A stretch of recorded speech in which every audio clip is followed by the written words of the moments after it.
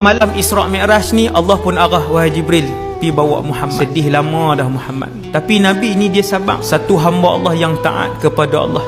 Antara prinsip ialah Nabi membalas kejahatan orang dengan kebaikan. Hak tu tuan-tuan siapa tak boleh buat. Allah arah Jibril, Jibril turun malam tu. Waktu tu Jibril turun dengan orang, dengan rupa orang, pi ke rumah Nabi di Mekah. Kalau tuan-tuan nak tahu, yang pernah pergi umrah, rumah Nabi di Mekah dekat pintu Marwah. Jibril pun turun malam tu. Di mana?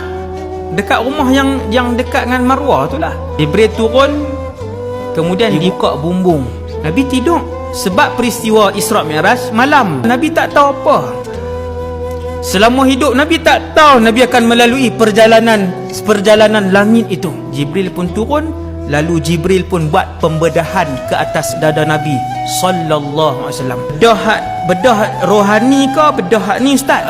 Syaqqus sadr al-hissi. Bedah yang fizikal. Sehingga kan kalau Nabi buka dada dia selepas peristiwa tu, bila Nabi duduk di Madinah, Nabi pernah buka sikit baju ni, sahabat kata kami boleh tengok kesan jahitan itu. Nabi dibelah dada 2 kali. Satu waktu Nabi duduk di perkampungan Bani Sa'ad. Kali pertama waktu Nabi umur 5 tahun. Di kampung tu Nabi duduk main. Budak main dengan adik-beradik lain, adik-beradik susuan Nabi, menyusu dengan Halimatus Sa'diyah. Main. Malaikat Jibril juga yang main, rupa orang. Dia lentang Nabi waktu tu umur 5 tahun, dia belah dada. Tapi tak sakit, lagi moden lah.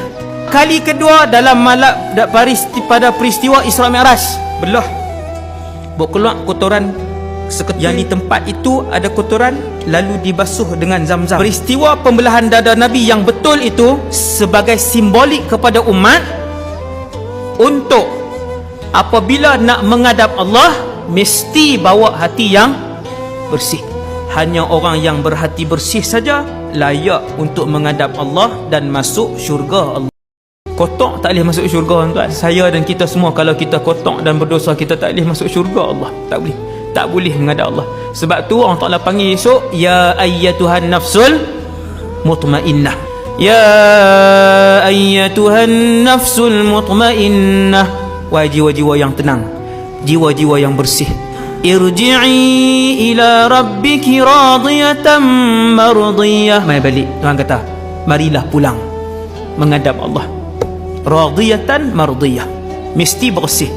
Maka malaikat Jibril belah dada Nabi, bersihkan dengan Zam-Zam, kembalikan. Nabi tengok tuan-tuan, dalam keadaan Nabi sedar, duk belah ni Nabi tengok.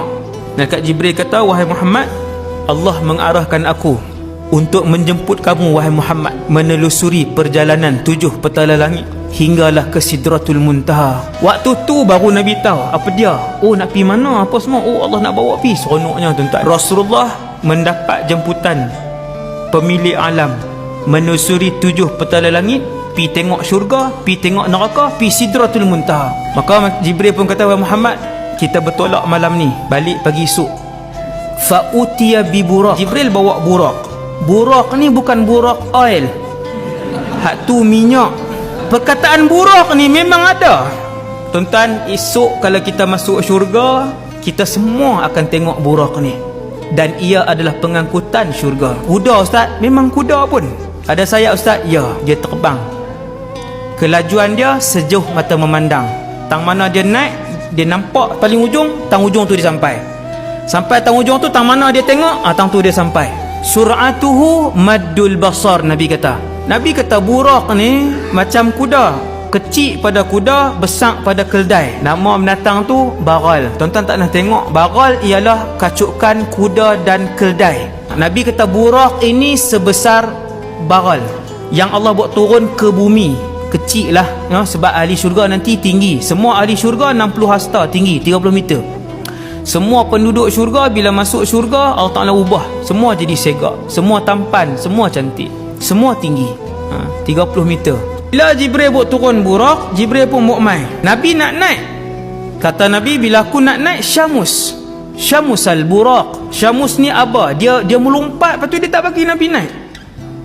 Dekat Jibril tepuk dia, bukan tampak, tepuk pelan-pelan. Maka Jibril kata, ma rakibaka min khalqillahi ahadun akrama min Muhammadin sallallahu alaihi wasallam. Wahai buraq, kamu tidak pernah ditunggangi oleh makhluk yang lebih mulia daripada Muhammad.